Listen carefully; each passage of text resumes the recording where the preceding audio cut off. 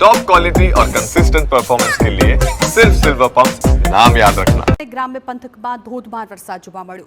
મોતીપુરા, નવી civil hospital, Medicity સહિતના વિસ્તારમાં વરસાદી માહોલ જામ્યો।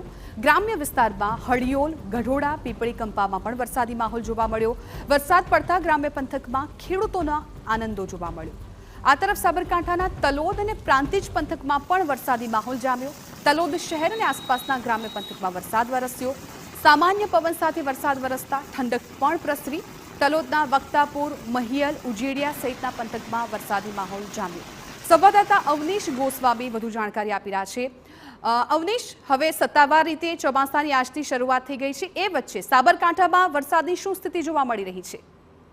જિજ્ઞાસા વાત કરીએ તો જે પ્રકારે વરસાદની રાહ જોવાઈ રહી હતી તે પ્રકારનો વરસાદ જે છે તે આજે શરૂ થતા ખેડૂતોમાં એક પ્રકારે આનંદ વર્તાઈ રહ્યો છે। જે પ્રકારે છેલ્લા 2 દિવસથી વાતાવરણમાં પલટો હતો, જે પ્રકારે ભારે પવન ફૂંકાતો હતો, પરંતુ આજે વરસાદ જે રીતે વરસ્યો અને જે પ્રકારે ઠંડક થઈ તેનાથી એક પ્રકારે ખેડૂતોમાં રાહત સર્જાઈ છે કે હવે વરસાદી માહોલ જે છે આવનારા દિવસોમાં જામી શકે છે અને પોતાની ખેતીને લઈને, વાવણીને લઈને પોતે વ્યસ્ત બની શકે છે। જિજ્ઞાસા।